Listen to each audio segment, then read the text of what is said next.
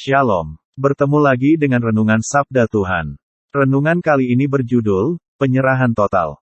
Penyerahan total Markus pasal 10 ayat 29, Yesus berkata, Aku mengatakan yang sebenarnya kepadamu, tidak ada seorang pun yang telah meninggalkan rumah, atau saudara-saudara laki-laki, atau saudara-saudara perempuan, atau ibu, atau ayah, atau anak-anak, atau ladang-ladangnya karena aku dan karena Injil, sebelum melanjutkan saya berdoa, bagi yang sakit apa saja, dalam nama Tuhan Yesus sembuh.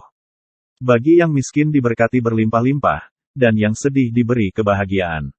Amin. Selanjutnya ke renungan kita. Tuhan menanggapi pernyataan Petrus ini dengan berkata bahwa penyerahan ini adalah, karena aku dan karena Injil, Markus pasal 10 ayat 29, bukan untuk memperoleh imbalan.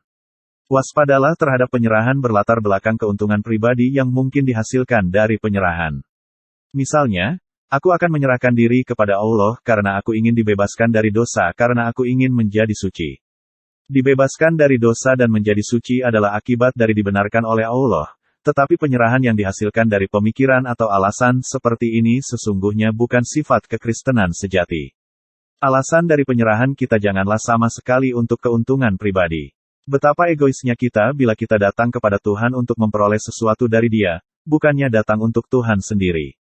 Hal itu sama seperti berkata, tidak, Tuhan, aku tidak menghendaki Engkau, aku menghendaki diriku sendiri. Akan tetapi, aku sungguh ingin Engkau membersihkan aku dan memenuhi aku dengan Roh Kudus-Mu. Aku ingin ditampilkan dalam etalasemu agar aku dapat berkata, inilah yang telah dikerjakan Allah bagiku. Alasan mendapatkan surga, dibebaskan dari dosa dan dijadikan berguna bagi Tuhan, merupakan hal-hal yang bahkan seharusnya jangan sekali-kali dipertimbangkan dalam penyerahan yang sungguh. Penyerahan total sejati adalah suatu pilihan terutama pribadi hanya untuk Yesus Kristus sendiri. Di manakah tempat bagi Yesus Kristus ketika kita sampai pada kendala hubungan keluarga? Kebanyakan dari kita akan meninggalkan Dia dengan dalih, ya, Tuhan, aku mendengar Engkau memanggilku, tetapi keluargaku membutuhkan aku dan aku perlu dengan mereka.